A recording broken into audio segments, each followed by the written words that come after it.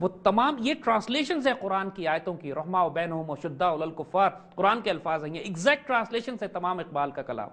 تو چاہے قرآن پڑھیے یا حضور صلی اللہ علیہ وآلہ وسلم کی سنت مبارکہ سے فیض لیجئے، یا علامہ اقبال کے کلام کو پڑھیے جو خود وہ کہتے ہیں کہ میں نے سارا فیض قرآن و سنت سے لیا ہے. پاکستان کے مسلمانوں پر واجب ہے کہ اقبال سے فیض لیں. بالکل زید صاحب، ہم یہیں سے اپنی گفتگو آگے بڑھائیں گے. ویورز فی الحال وقت ہوا چاہتا ہے ایک بریک. آپ کو بتاتے چلیں کہ آج ہم بات کر رہے ہیں اقبال کے حوالے سے. کہیں مت جائے گا، بریک کے بعد دوبارہ حاضر ہوتے ہیں. ویلکم بیک ویورز، آپ دیکھ رہے ہیں براس ٹیکس. زید صاحب، کچھ دیر پہلے آپ نے گفتگو کی سٹیجز آف مسلم سیولائزیشن کے حوالے سے، تو ایک تھوڑا سا ریوائز کر دیجئے کہ یہ کون سی سٹیجز ہیں؟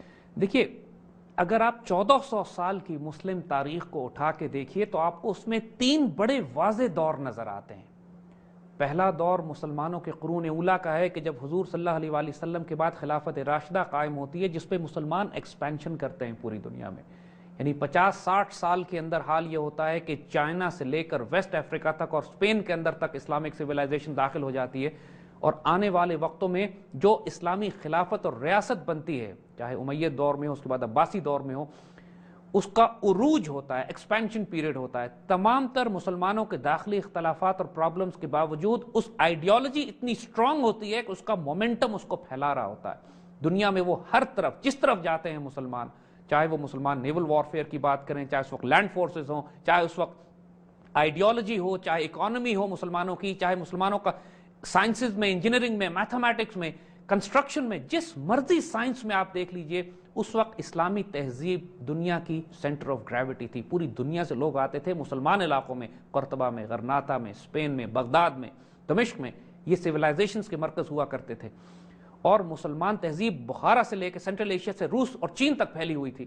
یہ عروج کا دور تھا مسلمانوں کا. اس کے کئی 100 سال کے بعد جو دوسرا دور مسلمانوں کے پاس آیا کہ جب مسلم سویلائزیشن پھیلنا بند ہو چکی تھی لیکن اپنی جگہ پر سٹیبل تھی، اور مغرب اپنے آپ کو آرگنائز کر کے مسلمانوں پر حملے کر رہے تھے. اس کی مثال ہم دیتے ہیں صلیبی جنگوں کی، کہ جب مسلمان ہوم گراؤنڈ پہ لڑ رہے تھے لیکن ان پر حملے باہر سے کیے جا رہے تھے. اور صلیبی جنگوں بھی کئی 100 سال چلی ہیں، جس میں کبھی نور الدین زنگی، کبھی سلطان صلاح الدین ایوبی اور اس طرح کے مجاہدین پیدا ہوتے رہے کہ جو امت مسلمہ کی آبرو مسلمان ہوم لینڈ میں کرتے تھے. دیکھیے، اگر آپ نوٹ کریں، یہ وہ پیریڈ تھا کہ جب مسلمان اپنی سرحدوں سے نکل کر دوسرے ممالک پر حملے نہیں کر رہے تھے. دوسرے ممالک سے حملے مسلمانوں پر ہو رہے تھے اور مسلمان اپنے علاقوں کا دفاع کر رہے تھے. یہ ہمارا سٹیبلٹی پیریڈ تھا. یہ وہ پیریڈ تھا کہ جب ہم اپنی عزت اور آبرو کا دفاع اپنے گھروں میں رہتے ہوئے کر رہے تھے، اور جو تہذیب ہم نے پہلے اپنے عروج کے دور میں قائم کی تھی اس کی پروٹیکشن تھی. اس وقت مسلمانوں کو نقصان بھی بہت ہوئے. مثلا چنگیز خان اور اس کی اولاد جو منگولیا سے نکلی، اس نے پوری مسلم دنیا کو رونتے ہوئے یہ لوگ چلے گئے. لیکن دوسری طرف سے صلیبی تھے جن کو مسلمانوں نے روکا بھی. لیکن اس کے باوجود مسلمان آئیڈیالوجی اتنی سٹرونگ تھی کہ چنگیزی حملے کے باوجود اسلامک سویلائزیشن اپنے پیروں پر کھڑی رہی. اس بات کے باوجود کہ بغداد کا نقصان اتنا شدید تھا کہ امت مسلمہ کی تاریخ میں کبھی اتنا شدید نقصان اس سے پہلے مسلمانوں نے نہیں اٹھایا، کہ جب پوری خلافت بغداد کا مرکز رون دیا جائے، مسلمانوں کا پوری اتنی بڑی خلافت کا ہیڈ کوارٹر دارالخلافہ جب خلیفہ کو قالین میں لپیٹ کے گھوڑوں کے نیچے دے دیا گیا اور لاکھوں مسلمانوں کو ایک 15 دن کے سلوٹر میں دجلہ میں پھینک دیا گیا اور مسلمانوں کی لائبریریز اور کتابیں اور تہذیب جلا دی گئی، اس کے باوجود مسلمان آئیڈیالوجیکلی اتنے سٹرونگ تھے کہ اپنے پیروں پر جلدی کھڑے ہو گئے. اور خلافت عثمانیہ اٹھتی ہے اس کے بعد، اور پھر مسلمان اپنے عروج پہ جاتے ہیں. جو تیسرا دور مسلمانوں کا ہے کہ وہ تقریباً آج سے 250 سال پہلے، خاص طور پہ 1757 کی جنگ پلاسی کے بعد شروع ہوتا ہے، کہ جب ایسٹ انڈیا کمپنی بنگال میں آنے کے بعد قبضہ کرتی ہے اور مسلمانوں کا زوال شروع ہوتا ہے. 1757 میں نواب سراج الدولہ کی شہادت ہوتی ہے. اس کے بعد 1799 میں ٹیپو سلطان شہید ہوتے ہیں. 1857 میں جنگ آزادی ہم ہارتے ہیں. اور ساتھ ساتھ یہی وہ پیریڈ ہوتے ہیں کہ جب خلافت عثمانیہ بھی اپنی جگہ پر کمزور ہوتی جا رہی ہوتی ہے. اور یہ تیسرا زوال کا پیریڈ ہے مسلمانوں کا. اور یہ زوال کا پیریڈ مسلمانوں کا چلتا ہے 1921 تک، جب خلافت اسلامیہ مکمل طور پر تباہ کر دی جاتی ہے.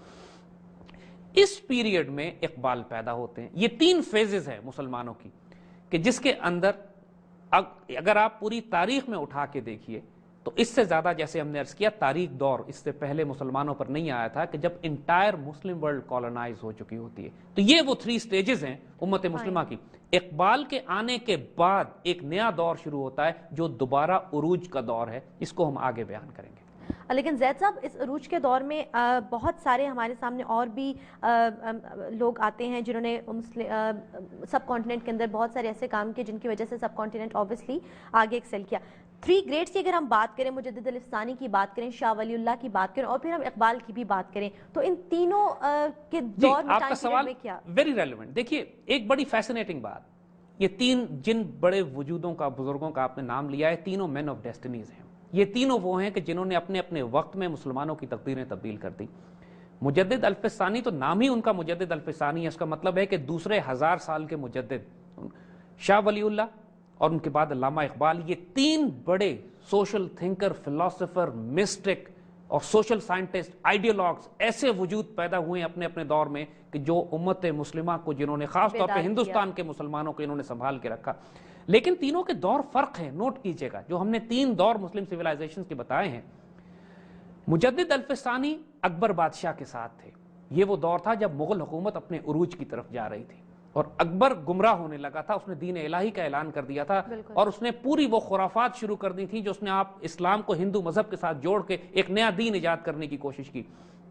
اس دور میں اس سے پہلے 800 سال تک مسلمان ہند پر حکومت کر رہے تھے. ہندوستان پر مسلمانوں کی حکومت تھی اور مسلمان عروج پہ تھے. اکبر اور اس کے بعد مغلیہ دور کا عروج شروع ہوتا ہے، وہ زوال کا پیریڈ نہیں تھا. مجدد الفسانی کا غیر معمولی کردار کہ اس وقت کی اسٹریٹجی ڈیفرنٹ تھی. چونکہ حکمران وقت مسلمان تھے، مسلمانوں کی حکومت تھی جو کئی سو سال سے چلی آ رہی تھی، حکمران گمراہ ہو گیا تھا. تو مجدد الفسانی نے ریاست کے خلاف بغاوت برپا کرنے کے بجائے انہوں نے آس پاس مسلمان حکمرانوں، مسلمان جنرلز، مسلمان وزراء، دانشوروں، علماء، ان پر کام کیا خاص طور پر تاکہ بادشاہ کی گمراہی کے فتنوں کو روکا جا سکے. اور جب اکبر بادشاہ کا انتقال ہوتا ہے تو اس کے بیٹے جہانگیر پر انہوں نے اتنا زیادہ کام کیا کہ وہ تمام فتنے کہ جو اکبر نے شروع کرائے تھے خود جہانگیر نے اپنے ہاتھ سے ان فتنوں کو ختم کرنا شروع کیا. تو مجدد الفسانی نے ریاست سے بغاوت نہیں کی، حالانکہ ان کو جیل میں بھی بند کیا گیا، حالانکہ ان پہ سختیاں بھی کی گئی.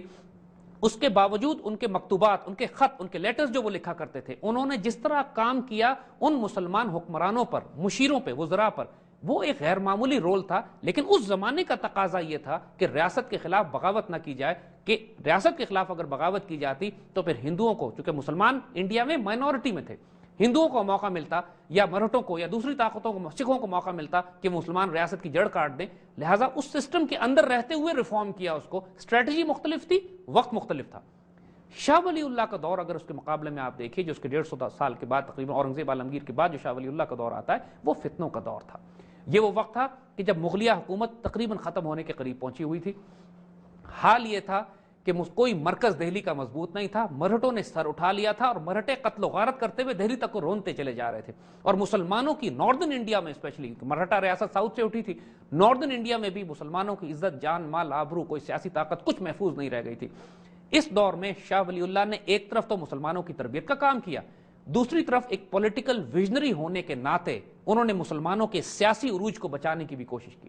جی زید صاحب بہت شکریہ. ویورز اس کے ساتھ ہی آج کے پروگرام کا وقت جو ہے وہ ختم ہوا چاہتا ہے. آپ نے دیکھا کہ آج ہم نے بات کی اقبال پر اسرار کے حوالے سے اور ان کی پرسنالٹی کے کچھ ایسے ٹاپکس کو، کچھ ایسے ایسپیکٹس کو ڈسکس کیا جو آج سے پہلے شاید کسی پروگرام میں ڈسکس نہیں کیے گئے. اور ویسے بھی براس ٹیکس کی خصوصیت رہی ہے کہ ہم نے ہمیشہ سے کچھ نہ کچھ ایکسکلوسیو سٹف جو ہے وہ آپ کے لیے پیش کیا ہے. انشاءاللہ اگلے پروگرامز میں بھی کچھ نہ کچھ آپ کے لیے پیش کرتے رہیں گے اقبال کی پرسنالٹی کے حوالے سے. تب تک کے لیے اجازت دیجیے.